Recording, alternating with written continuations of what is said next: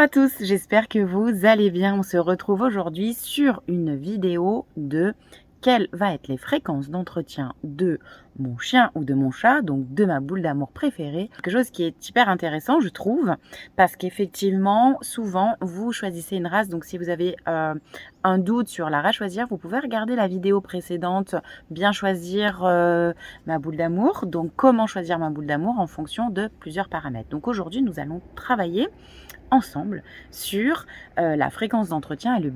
Donc, la fréquence de toilettage, en fait, ça va être différents paramètres. C'est-à-dire, est-ce que effectivement j'ai un poil court? Est-ce que j'ai un poil mi-long? Est-ce que j'ai un poil long? Est-ce que j'ai une fourrure complexe? Est-ce que du coup, sur ma fourrure, est-ce que j'aime les grosses fourrures ou pas? Si je garde les fourrures longues en phase anagène longue, complète ou pas. Donc bien évidemment que lorsque l'on prend un animal, on se renseigne sur ce genre de choses-là, mais parfois on n'y pense pas ou on se dit oh ben finalement ça n'a pas l'air bien plus compliqué que ça, ou alors je vais être accompagné par un professionnel qui va pouvoir effectivement me dire comment faire. Bien évidemment que les professionnels du toilettage, donc les toiletteurs, les toiletteuses sont là pour vous aider, vous aiguiller, mais aussi il faut que vous vous rendiez compte avant d'adopter une boule d'amour, eh bien quelles seraient les fréquences de toilettage et quels en serait le budget approximatif, parce que bien évidemment, quand on va parler budget, on ne va pas parler de prix ferme, hein, c'est pas le but de la vidéo, c'est juste que vous vous rendiez compte qu'effectivement, le toilettage, c'est quand même un budget pour votre animal et que vous ne vous retrouviez pas en vous disant, mon Dieu, mais... Au final, j'avais pas du tout prévu ça et je me retrouve bien embêtée. Donc, quand je vais prendre un chien à poil ras, donc bien évidemment, je n'ai pas de coupe à proprement dit à faire, mais je vais certainement avoir des soins de peau. Donc, voilà quel va être l'entretien de votre chien. Donc, des soins profonds que vous pouvez réaliser en salon et si vous avez envie, avec de la balnéothérapie, de l'ozonothérapie, si on a une peau plus ou moins sèche, etc.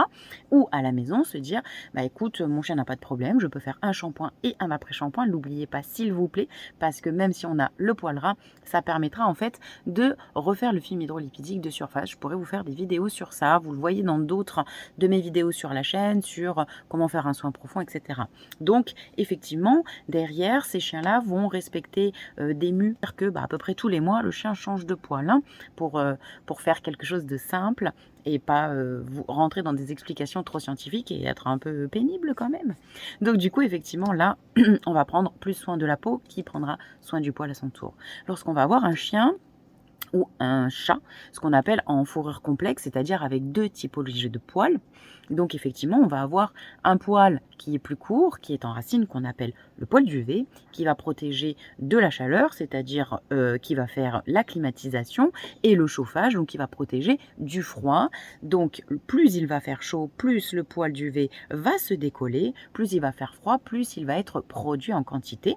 Et un poil dit de couverture qui va venir, qui lui va être imperméable et qui va venir protéger le poil duvet. Donc soit effectivement il colle comme ça de façon à ce que l'air ne passe pas et tenir le chien au chaud, soit il soulève pour laisser passer l'air et bien évidemment aider le chien à rester au frais.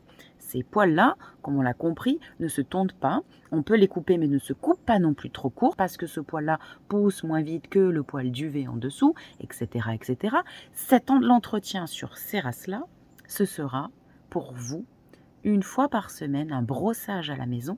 Mais quand je dis un brossage, c'est pas juste je prends ma brosse, je passe sur mon dos de mon chien, je fais pop pop pop, c'est bon, 2 minutes, c'est terminé. Non, non, non, non, non, non. Un brossage complet. Un spray, une brosse, un peigne. Pourquoi? Je vais venir sprayer ma fourrure de façon à ne pas mettre d'électricité statique. Donc là sont concernés tous les chiens en fourrure complexe. Les plus courants, c'est les Spitz, mais aussi nos montagnes des Pyrénées, les Golden, on a aussi des Terre-Neuve, on a aussi du berger australien, on a aussi du malinois, on a tous les chiens dits nordiques, on a des chouchous, on a, vous voyez, donc on a beaucoup de typologies de chiens en fourrure complexe, plus ou moins longue en fonction de leur génétique. Mais là, en fait, là, ce qui est important, c'est de se dire, plus je vais chercher un chien fourrure complexe avec une énorme fourrure, plus je vais avoir de l'entretien à la maison. Et plus il va falloir que je l'emmène aussi chez un professionnel. Donc, ça veut dire une fois par semaine, un brossage complet, sans arracher, donc vous m'oubliez hein, les brosses caca boudin qui vous arrachent tout le poil, et une fois par mois ou au changement de saison, rendez-vous chez un professionnel. J'ai des clients qui, en fonction de la typologie en fait, donc on a une fourrure complexe mais une très grosse fourrure, comme un pékinois par exemple, et bien derrière va venir tous les mois parce que l'entretien est très complexe et que pour éviter de se sentir débordé par la fourrure de son chien et que le chien soit mal à l'aise, c'est ce qu'on a expliqué dans la vidéo précédente, et bien effectivement, il va venir plus souvent. Donc si vous arrivez à gérer votre fourrure, c'est un brossage, mais quand je brosse, il faut que quand j'écarte, je vois la peau. C'est ça qui est important. Il faut que vous voyez la peau au milieu. Si vous ne voyez pas la peau, ça veut dire qu'en fait, votre brossage n'est pas correct. Quand vous brossez les cheveux, vous voyez votre crâne. Quand vous brossez l'intégralité de vos cheveux, vous voyez votre crâne. Pour votre chien, c'est la même chose. Donc ça, c'est pour toutes les fourrures complexes qui vont avoir une mue. C'est-à-dire que génétiquement, ils sont programmés pour avoir les poils d'une certaine longueur. Donc c'est ce que je vous expliquais. D'une race à une autre, eh bien, je vais prendre un Shiba Inu qui va avoir un poil plus court, mais c'est une fourrure complexe, ou un Malinois qui est plus court, mais une fourrure complexe, et puis je vais avoir un Spitz, ou je vais avoir un Chocho, ou je vais avoir un Malamute, ou je vais avoir un Pékinois, qui vont avoir des fourrures complexes, mais bien plus volumineuses. Donc, génétiquement programmées pour une certaine longueur, et en fait, le poil se change en fonction de la saison, de votre lieu de vie, et du temps d'ensoleillement. Ces paramètres-là sont à prendre en compte et savoir si votre chien profite plus ou moins de l'extérieur. Donc il faut savoir que non seulement ils changent de poil tout le temps parce qu'ils dorment maintenant dedans, où ils sont plus en intérieur qu'en extérieur, mais aussi en fonction de ce qui se passe autour d'eux. C'est pour ça que je les ai qualifiés de fourrure complexe. Donc on l'a compris, une fois par semaine un entretien, d'accord, brossage, avec un spray, etc. Plus une fois par mois, une fois tous les 3 mois, chez un professionnel pour faire un toilettage en profondeur, avec des soins en profondeur. On ne tombe pas, on ne coupe pas trop court, et on fait attention à la peau et au poil, parce que la peau va vous produire du poil pour la prochaine mue. Ensuite, nous avons tous les chiens qui sont en phase anagène longue. Alors là, on a tous les petits bichons maltais, les York, les caniches, les bichons, les bichons frisés, pardon, les Shih Tzu, les York. Donc tous ces chiens où effectivement le poil va pousser. C'est pour ça qu'on dit phase anagène longue. Tant que je ne mets pas mes ciseaux dedans, ça pousse. Un peu comme nos cheveux. Bien évidemment, on a une perte de poil, mais à comparer d'une fourrure complexe, elle ne respecte pas les mues. Donc là, effectivement, c'est la même chose. Je vais venir brosser en profondeur mon chien une fois par semaine et je l'emmène chez un professionnel pour réaliser une coupe. Et je vais vous faire une vidéo sur la longueur à respecter quand on a une phase anagène longue, parce que souvent j'entends « Oh, il a chaud, oh, il a froid, oh, quelle longueur je dois faire ?» On refera, ça sera le thème de la prochaine vidéo, de la longueur qui est préconisée sur une phase anagène longue, donc un chien qu'on raccourcit. Donc ces chiens-là, effectivement, c'est pareil. On va venir brosser avec un spray, avec une brosse, avec un peigne pour vérifier. Et là, ça se fait une fois par semaine et on l'emmène chez le professionnel pour réaliser une coupe ou un entretien profond de la fourrure si vous voulez conserver votre chien en fourrure, ce qu'on appelle complète, comme dans son standard. Là encore une fois, ces fourrures-là auront tendance à se nouer, à créer des nœuds. À partir du moment où vous avez des nœuds, vous ne pouvez pas demander à un professionnel de réaliser en 2 heures ou en 3 heures, le temps d'un démêlage, ce que vous n'avez pas réalisé sur plusieurs mois. Ça, c'est pas possible. Donc l'investissement en fait que vous avez au départ en fonction sur votre animal, le temps que vous allez prendre pour lui, les soins que vous allez lui accorder, eh bien en fait, détermineront ce que pourra faire un professionnel. Quand vous allez chez votre coiffeur, je sache, on n'a pas des buissons collés dans les cheveux, on n'a pas des nœuds serrés à la tête en disant à ma coiffeuse, s'il te plaît, fais-moi un tour de magie. Eh bien, dites-vous que le professionnel du toilettage, donc c'est un coiffeur, coiffeur, onglerie, esthéticienne, etc., puisque c'est tous les métiers de l'esthétique mélangés sur l'animal, effectivement, ne pourront pas réaliser sur votre chien ce que vous n'avez pas fait, vous, votre investissement personnel en tant que responsable de votre animal pendant le temps où vous n'y êtes pas allé, où vous n'avez pas brossé. Alors, je sais, souvent on me dit, oui, mais les nœuds, ils arrivent d'un coup. Effectivement, quand la poêle n'est pas lavée correctement, qu'elle n'est pas nourrie correctement, qu'elle n'est pas hydratée correctement, et que le poêle à son tour n'est pas nourri, hydraté, gainé, lavé, gainé, eh bien quelque part, vous aurez des difficultés à entretenir la fourrure de votre chien. Donc il est primordial, effectivement, lorsque vous vous dites, ben, admettons, je vais une fois par mois ou une fois tous les 2 mois chez mon toiletteur pour faire raccourcir la fourrure de mon animal parce que c'est trop long et que moi dans mon quotidien eh bien c'est plus compliqué à gérer puisque c'est comme pour nous, plus les cheveux sont longs et plus on aura des difficultés à les entretenir et du temps d'entretien et du prix pour les soins bien évidemment.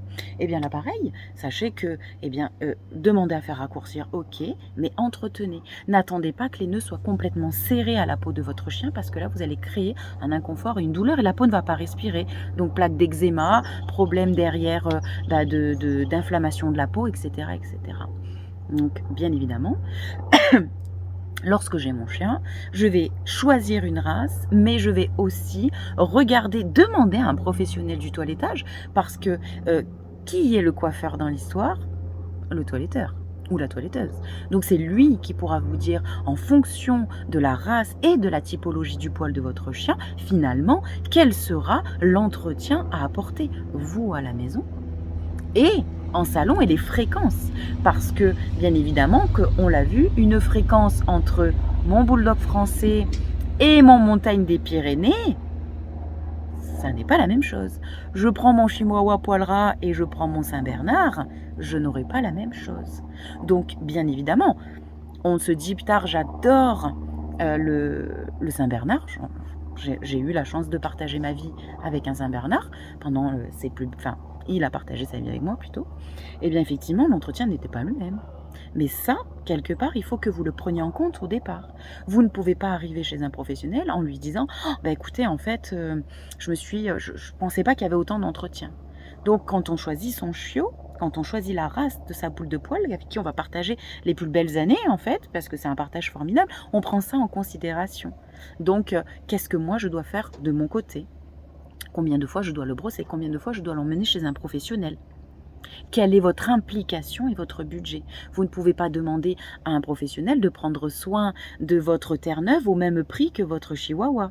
C'est pas possible.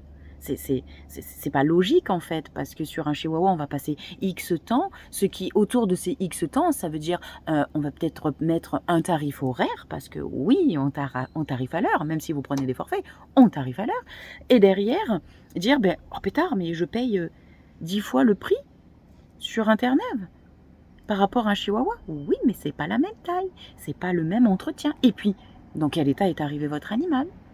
Donc tout ça, en fait, c'est à prendre en compte. Donc lorsque vous prenez un chien, c'est ce qu'on a vu sur la vidéo comment choisir son chien, on remet la vidéo d'avant et on réfléchit à tout ça et on n'hésite pas à pousser la porte d'un salon de toilettage et de dire « Bonjour, j'ai pour intention d'avoir cet animal-là, combien est-ce que ça va me coûter ?» Parce que forcément, en croquette, entre un chihuahua et un Terre-Neuve, vous n'allez pas avoir le même prix, pareil pour tout le reste de ses besoins.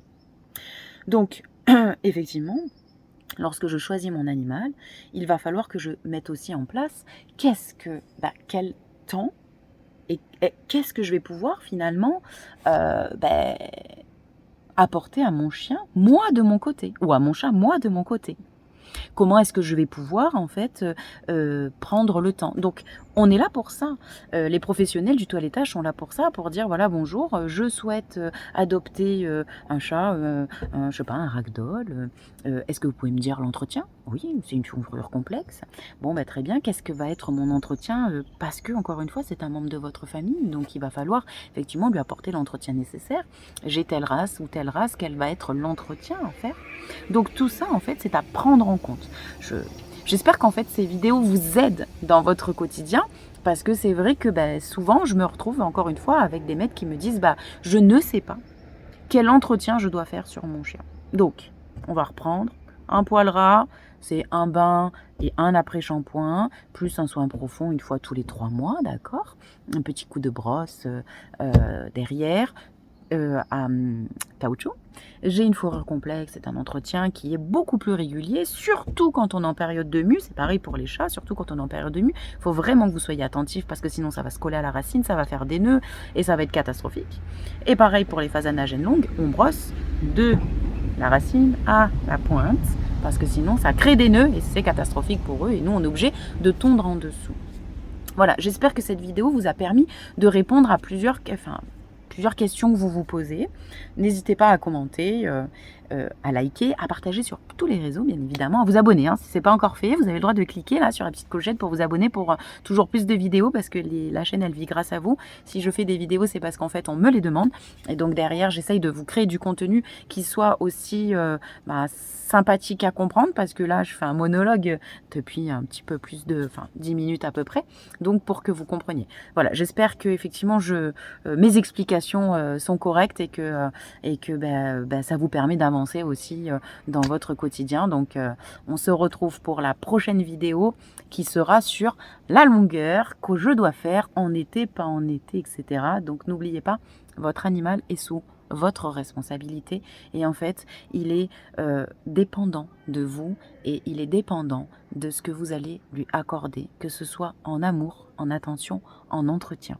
Donc ne disputez pas le professionnel qui ne va peut-être pas réaliser ce que vous souhaitez au départ si effectivement vous n'avez pas accordé le temps nécessaire à l'entretien de la fourrure de votre chien. Entre les deux, rendez-vous chez un professionnel. Et ne demandez pas à votre professionnel de persévérer sur quelque chose parce que vous le voulez absolument. Si votre professionnel il vous dit « fais pas ça, c'est pas bon pour ton bébé d'amour », écoutez-le. On est là pour ça, on est là pour vous aider, on est là pour vous aider à entretenir votre animal au quotidien et on est là parce qu'on les aime. On fait ce métier-là parce qu'on les aime vraiment et du coup, voilà. Bon, j'espère que cette vidéo vous a plu en tout cas et je vous dis à bientôt.